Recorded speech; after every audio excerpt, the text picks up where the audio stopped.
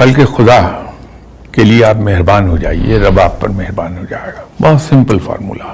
یہ جو انسان کی نرم گوئی ہے، انسان کا پولائٹ ہونا ہے، یہ جادو اثر چیز ہے. ویسے تو شیخ سعدی نے بھی کہا تھا کہ شیر بیاں فاتح عالم.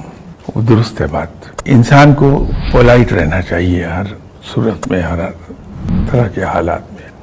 کہ آپ پولائٹ رہیں گے، دوسرے آپ کی بات مانتے نہیں ہیں. تو پولائٹ رہیے، گرچہ آپ فرم ہو جائیں، پولائٹ بٹ فرم ایسے مقامات پہ، لیکن رہیے پولائٹ.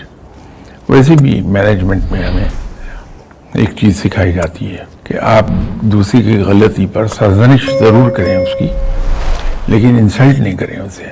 تو پولائٹ رہنا اور دوسروں کی غلطیوں اور خطاؤں سے صرف نظر کرنا اور دوسرے پر مہربان رہنا، یہ سادہ سا فارمولہ ہے کہ رب تعالیٰ کا فضل آپ پہ ہو. آپ کے کندھے پہ پاؤں رکھ کے اوپر سیڑھی پہ چڑھ جائے، کیا کوئی آپ کی محنت کا فائدہ اٹھا لے؟